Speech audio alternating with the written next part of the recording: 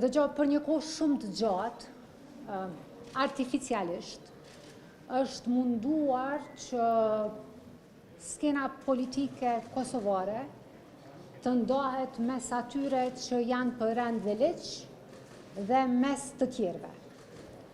Partia Demokratike e Kosovës është parti shtetformuese, shtetndërtuese dhe do të angazhohet që edhe përmes nismave të reja ligjore të fuqizoj rendin dhe ligjin në vend.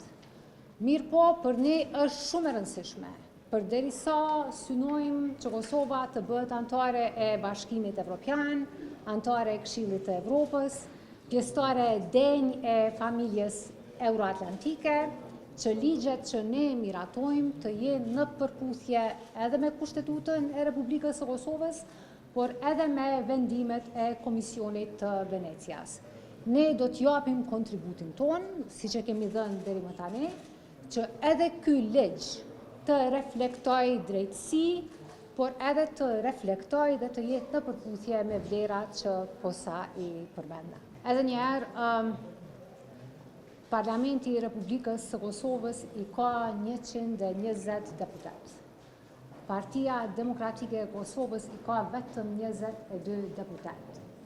Shumica parlamentare, nëse është interesuar për të zgjedhur presidentin, nuk e ka opcion të vetëm bashkëbisedimin dhe dakordimin me PDK-n, ka edhe opcionet të tjera.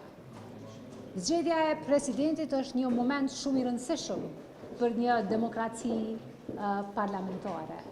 Dhe ne kemi deklaruar që kjo çështje duhet të trajtohet me seriozitetin që i takon çështjes në fjalë dhe kemi kërkuar nga zoti Kurti që të formalizoj kërkesën e tij karshi Partisë Demokratike të Kosovës në një letër të shkruar.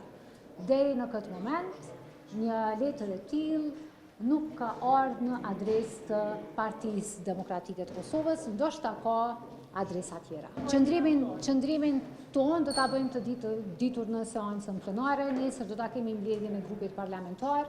Mirë po, është shumë e rëndësishme që të jemi të kujdesshëm në mënyrën se si komunikojmë me qytetarët. Këtu askush nuk po kërkon që t'i mbrojë ata që janë pasuruar jashtëligjshëm. Në fakt, Kosova tashmë ka mekanizma mjaftueshëm për të ndjekur secilin dhe secilën që është pasuruar në mënyrë të jashtëligjshme. Mirë po, ne jemi kundër që me ligje të tilla që janë shumë të rëndësishme, jo vetëm për infrastrukturën ligjore dhe kushtetuese të Kosovës, por edhe për rrugën tonë evropiane, të bëhen lojra të ulta politike. A jeni të gatshëm ta dërgoni kushtetuese sërish, eventualisht nëse gjykoni që ka ndonjë shkelje?